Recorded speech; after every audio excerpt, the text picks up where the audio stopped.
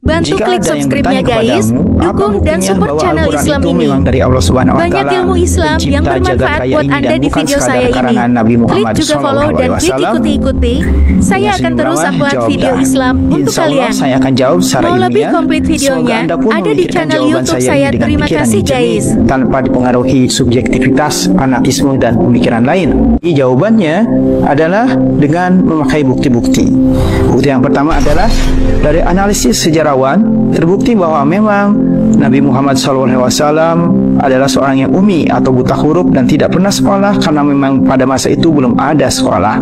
Masyarakat Arab belum mengenal ilmu seperti ilmu politik, ekonomi, matematika, sosiologi, kenegaraan, ilmu etika, dan lainnya. Mungkinkah orang yang buta huruf dan tidak mengenal ilmu bisa bicara masalah hukum, tata negara, sistem ekonomi, etika, astronomi, kesehatan, dan lainnya, yang semua pembicaraan tersebut ada di dalam Al-Quran? Tentu saja jawabannya adalah tidak mungkin. Artinya bahwa Al-Quran bukan karangan Muhammad SAW.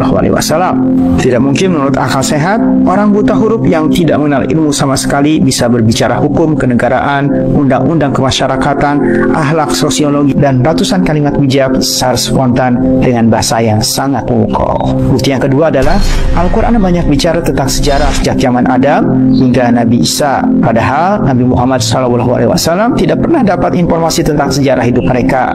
Cerita tentang Musa dan Isa sangat lengkap. Bahkan seorang pendeta sangat bersyukur ternyata di dalam Al-Quran ada pembelaan terhadap usian Bunda Maria yang oleh orang Yahudi dituduh telah berzina sehingga melahirkan Nabi Isa. Dari mana Nabi Muhammad dapat cerita seluruh kisah para nabi tersebut? Padahal di Mekah dan Madinah hampir-hampir tidak ada orang Kristen. Jelas akal sehat kita akan menolak jika dikatakan Al-Quran ini adalah karangan Nabi Muhammad SAW. Begitu juga tentang Nabi Musa sangat lengkap. Padahal orang Yahudi tidak ada yang mengajarkan Taurat kepada Nabi yang tinggal di Mekah saat itu.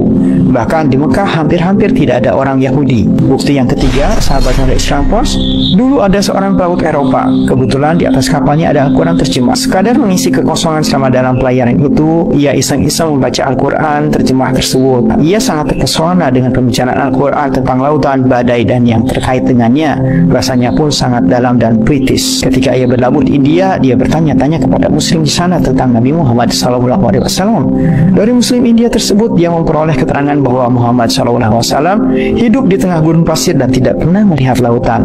Maka dia sangat yakin bahwa mustahil Al-Quran karangan Nabi Muhammad yang bisa dengan sangat indah melukiskan lautan padahal ia tidak pernah melihat laut, sehingga ia pun segera memutuskan masuk Islam. Bukti keempat, di dalam surat Ar-Rahman ayat 19 dan 20 Allah Subhanahu wa Ta'ala berfirman, Dia membiarkan dua laut mengalir yang kemudian keduanya bertemu. Di antara keduanya ada batas yang tidak dilampaui oleh masing-masing.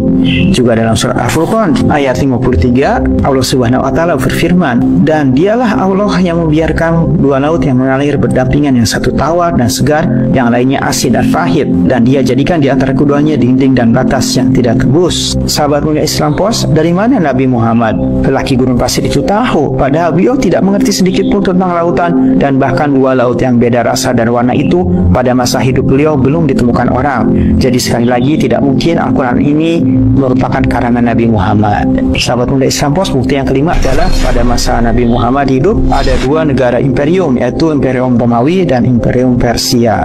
Dua imperium ini sering berperang. Ketika di masa hidup beliau, Persia berhasil mengalahkan Romawi. Hal ini membuat masyarakat musyrik Mekah menjadi gembira karena orang Persia juga penyembah berhala. Sebaliknya, orang Islam bersedih karena Romawi menganut agama Nasrani yang seakar dengan Islam. Kemudian turunlah ayat yang menghibur orang Islam. Surat Ar-Rum ayat 2, 3, dan 4 menjelaskan bahwa beberapa tahun lagi akan kembali terjadi peperangan, dan peperangan tersebut akan dimenangkan oleh Romawi sehingga umat Islam yang pro Romawi pun menjadi gembira. Ayat ini, Quran Surat Ar-Rum ayat 2, 3, dan 4 ditertawai oleh kaum musyrik. Mereka menganggap sebagai buangan Muhammad saja karena waktu itu